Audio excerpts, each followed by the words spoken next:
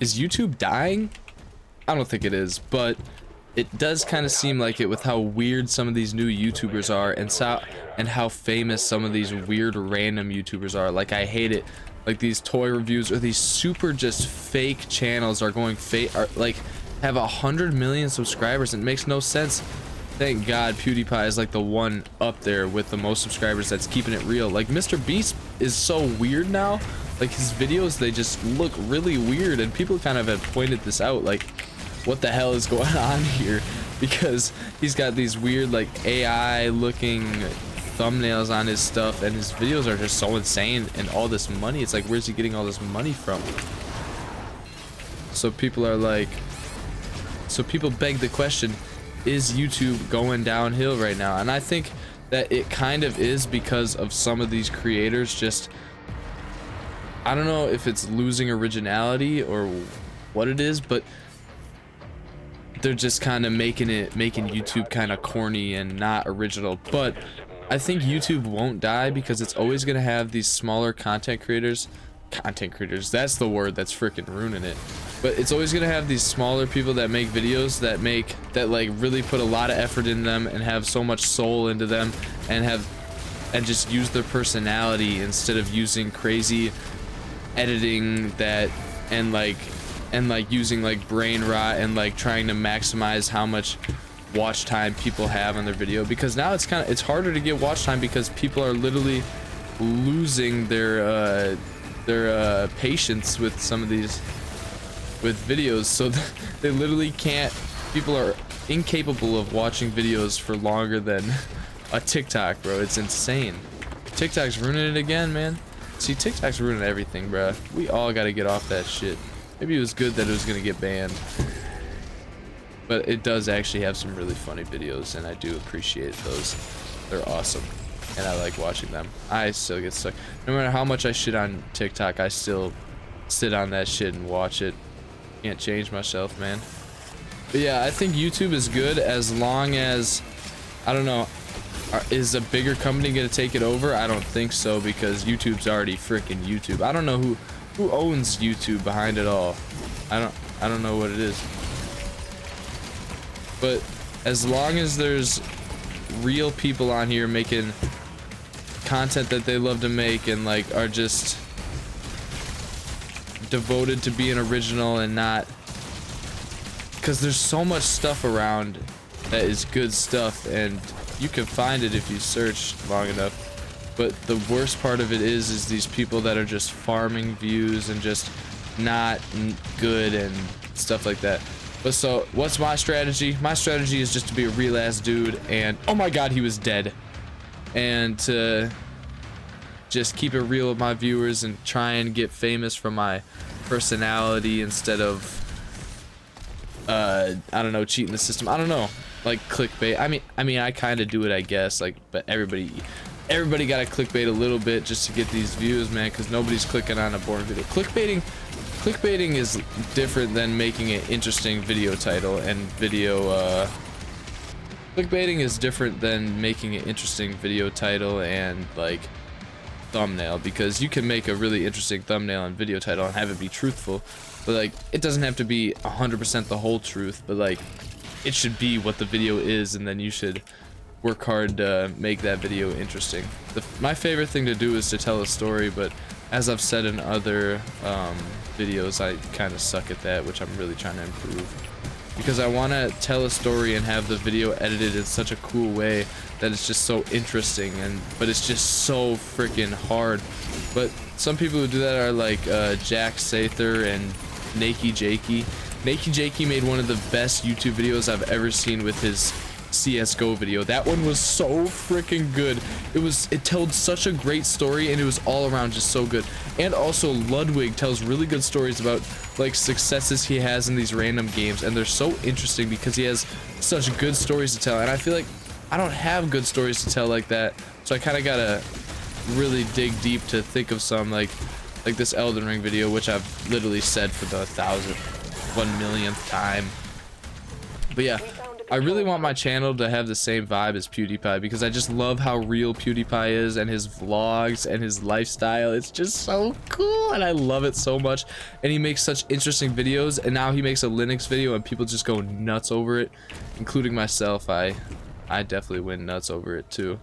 But it's such a cool thing that he's getting in this community. He's kind of, I don't know, giving it awareness, and like it's just gonna grow from him. He's got such a strong internet presence.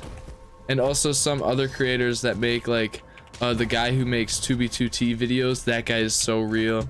And I also like, oh, my other favorite YouTuber of all time is Cory Kenshin. I freaking love him. All my earlier videos were trying to be like Cory Kenshin. If you watch my God of War video, I was literally trying so hard to make it like Cory Kenshin because I just loved how he made his videos and they were so just fun to watch. And one of my favorite things to do is to play or watch a Cory Kenshin video with my sister whenever she comes back to the crib. It's so fun. But yeah, hopefully this strategy of mine works out because I think people will really appreciate somebody who's just being real and trying to make it, something like that. And I think that my personality is really going to carry me through because the more people, I don't know, it's just harder to get people to know me and understand because like all I got that are funny to me are inside jokes. It's impossible to create those in one video, I guess, but I guess there's like internet inside jokes that a lot of people use. But I just want to learn how people edit their videos in this cool way. I don't know how they freaking do it. I actually found this one new YouTuber and he makes like these videos where he's a skeleton and he animates all of it, and it's so good and it's so funny and he's got such good bits in it. And I don't know how he does it. Like, how do they think of so much funny stuff here to put in their videos? Like I don't know. I put like 2 funny moments maybe in my Elden Ring video, and one was in the intro and one was like 2 minutes into talking. Oh wait, no, 2 minutes into talking is like 75% of the video. I only made a script that goes on for like 3 minutes. I can't believe myself. But I'm gonna add some more clips to make it a bit longer, but I don't know how long I'll be able to make it because I don't know. I'm gonna have to figure it out as I go. I don't know, it's so hard.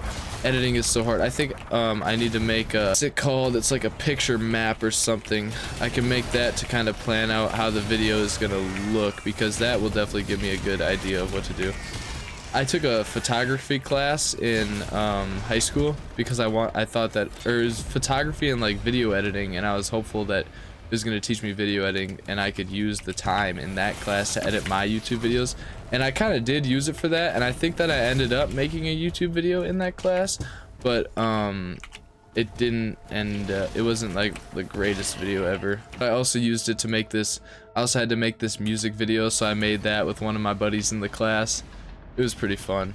I had a good time in that class. And then also I think we went outside to take pictures or something like that, but we never got to use the cool cameras, so I never got to, so I was kind of sad that I didn't get to use those. But I didn't really learn much from video editing. But the thing that we did do that I was talking about in that class is we used, I don't know, they're not called picture maps, they're like, and they're not called mind maps, they're called, oh, storyboard. We use storyboarding to kind of plan out our video, and I think that's a really useful way because, but then the thing about, because it just helps you plan out what it's gonna look like. But then the thing about storyboarding is you gotta write so many freaking frames, so it's tough to spend time drawing out these frames. But I guess it does kind of save you time in the end. It's kind of like coding. When you're coding, you gotta test it one, like line by line. You almost line by line. It's pushing it if you do line by line, but like section by section you have to test it, and that's gonna save so much time in the long run because maybe it takes you 30 minutes to write the code, but then it takes you 2 hours of debugging to actually get the code to work. So then in the end you're spending 2.5 hours working on this code, when another thing that you can do is just make sure it works as you're going along. So then maybe it takes you 1.5 hours to write the code instead of 2.5 hours. So it seems like in the beginning it seems like you are spending way more time writing the code, but in reality you're kind of looking out for yourself in the future, because you're going to be spending less time later debugging to make it work. So it's kind of like staying disciplined writing it, because nobody wants to do it the second way. Everybody just wants to write it and have it work, but that just ends up not working out.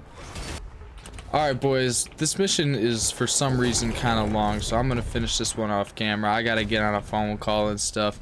I'll see y'all boys, I guess, tomorrow. See ya, boys. Hope you like this one. If you got any more ideas, let me know. If you got any things you want to argue about or something like that, you got a good point to bring to my mind, all good, man. Just let me know. Hit me with it. Hit me in the comments with it.